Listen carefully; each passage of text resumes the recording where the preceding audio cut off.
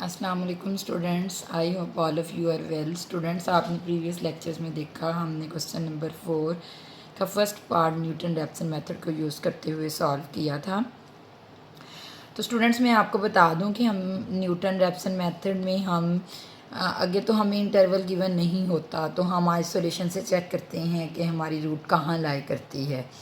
जहाँ हमारे पास negative to positive, positive to negative sign change हो फंक्शनल वैल्यू के, तो हम वो इंटरवल ले लेते हैं। ठीक है, तो हमने क्या हम वो इंटरवल जब ले लेते हैं तो फिर हमने ये भी चाहिए कि हमारे पास एक्स नॉट कौन सी वैल्यू होगी।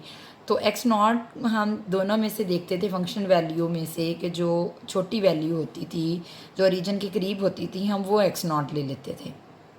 तो स्टूडेंट्स, जब हमें हमारे पास इंटरवल आ जाए तो न्यूटन रैप्सन मेथड में ये है कि आप इंटरवल में से दोनों वैल्यू में से कोई भी वैल्यू ले सकते हैं। ठीक है, सपोज 0 1 इंटरवल है हमारे पास, तो आप 0 और 1 ले सकते हैं। ठीक है, लेकिन आपने ज़ीरो नहीं लेने। सपोज़ आप ज़ीरो पुट करते हो फंक्शनल वैल्यू में और हमारा आंसर ज़ीरो आ जाता है, वो वैल्यू नहीं आपने लेनी। आप न्यूटन रैप्सन मेथड में ज़ीरो भी ले सकते हो, 1 भी ले सकते हो, मतलब इंटरवल वाली वैल्यू भी ले सकते हो और मिडल वाली वैल्यू भी ले सकते हो। तो जो न्यूटन रैप्सन मेथड है वो जल्दी कन्वर्ज कर जाता है। ठीक है, तो हम पहले तो वही लेते थे जो ओरिजिन के करीब होती थी, लेकिन ये आपकी मर्ज़ी है, आप दोनों में से जो मर्ज़ी ले लो। लेकिन मैं आपको दोबारा बता रही हूँ कि आपने जहाँ आपकी फंक्शनल वैल्यू, सपोज आप इंटरवल में से कोई भी वैल्यू पुट कर रहे हो और आपकी फंक्शनल वैल्यू ज़ीरो हो गई है, तो वो वैल्यू आपने नहीं लेनी। ठीक है, तो वो एक न्यूटन रैप्सन मेथड का ड्रॉबैक होता है।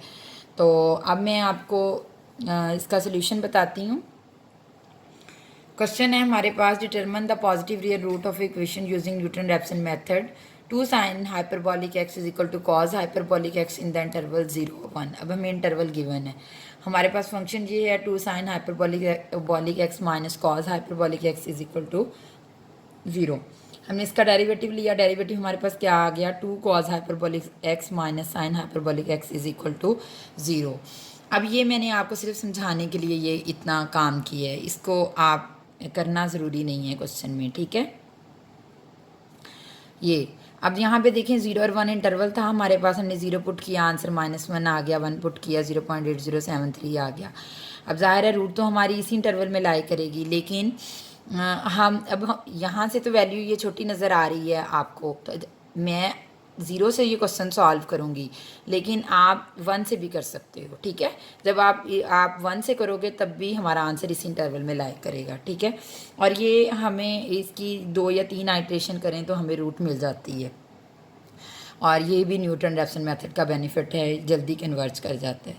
तो अब हम इसको सॉल्व करते हैं। हमारे पास फार्मूला है x n plus 1 is equal to x n minus f of x n over f prime of x n. हमें x1 चाहिए, तो x1 के लिए हम n को 0 पुट करेंगे इक्वेशन ए में। फिर हमने क्या करना है कि हमारे पास क्या वैल्यू बन गई, x1 is equal to x not minus f of x not over f prime of x not.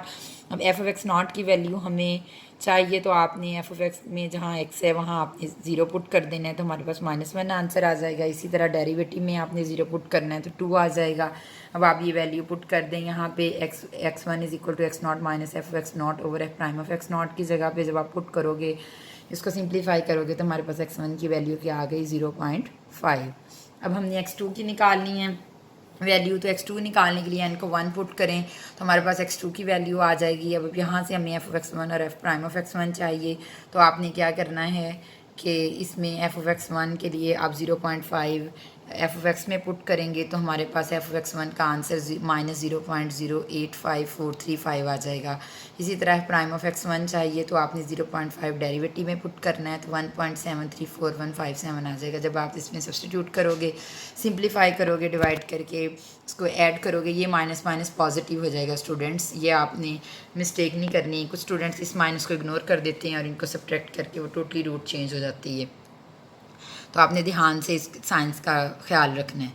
जब आप इसको सॉल्व करोगे तो x2 की वैल्यू 0.549266 आ जाएगी। ठीक है, तो आगे हमें x3 चाहिए, तो उसके लिए आपने n को 2 पुट करना है इक्वेशन ए में। जब आप 2 पुट करोगे तो हमारे पास क्या फॉर्मूला बन जाएगा, x3 is equal to x2 minus f of x2 over f prime of x2। इसी तरह एफ ऑफ x2 की वैल्यू चाहिए, जब आप 0.549266 आप एफ ऑफ एक्स में पुट करोगे तो हमारे पास एफ ऑफ एक्स टू की वैल्यू क्या आ जाएगी, -0.000183 ठीक है। और f prime of x two की वैल्यू चाहिए तो वो आप जब 0.549266 यहाँ डेरिवेटिव में पुट करोगे तो हमारे पास क्या वैल्यू आ जाएगी प्राइम ऑफ एक्स टू की 1.732050। आप इसमें सब्सटीट्यूट कर दो। इसी तरह इनको ऐड माइनस माइनस प्लस हो जाएगा, जब डिवाइड करके इसको ऐड करोगे तो x3 की वैल्यू क्या आ जाएगी 0.5192961।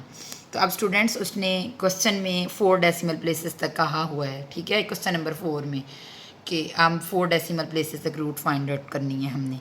तो अब यहाँ पे देखें x2 की वैल्यू 0.5492 4 डेसिमल तक, और x3 का आंसर 4 डेसिमल प्लेसेस तक आंसर सेम है, इसकी रूट सेम है। तो हम क्या कहेंगे कि x3 = x2 = 0.5492, so required root is 0.5492। तो स्टूडेंट्स ये मैं आपको रिपीट कर दूं फिर से कि जब हमें इंटरवल गिवन होता है तो आपने क्या करना है, उसमें से जो मर्ज़ी वैल्यू ले लें x0, ठीक है, आपकी रूट उसी इंटरवल में लाई करेगी। लेकिन सिर्फ आपने ज़ीरो, जहाँ फंक्शनल वैल्यू ज़ीरो हो जाती है ना इंटरवल वाली वैल्यू पुट करने से, वो आपने नहीं लेना। अदरवाइज़ आप फर्स्ट वैल्यू भी ले सकते हैं, सेकंड भी ले सकते हैं, मिडल भी ले सकते हैं। लेकिन हमने लास्ट क्वेश्चन में मोस्टली जो ओरिजिन के करीब है हमने वही लेके अटैम्प्ट किया था क्वेश्चन, लेकिन इसमें हमने एक दूसरी वैल्यू ले ली तो फिर भी हमारी रूट इसी इंटरवल में लाई कर रही है, ठीक है। तो अगर स्टूडेंट आपको फिर भी कोई कन्फ्यूजन हो तो आप मुझसे डिस्कस कर सकते हैं।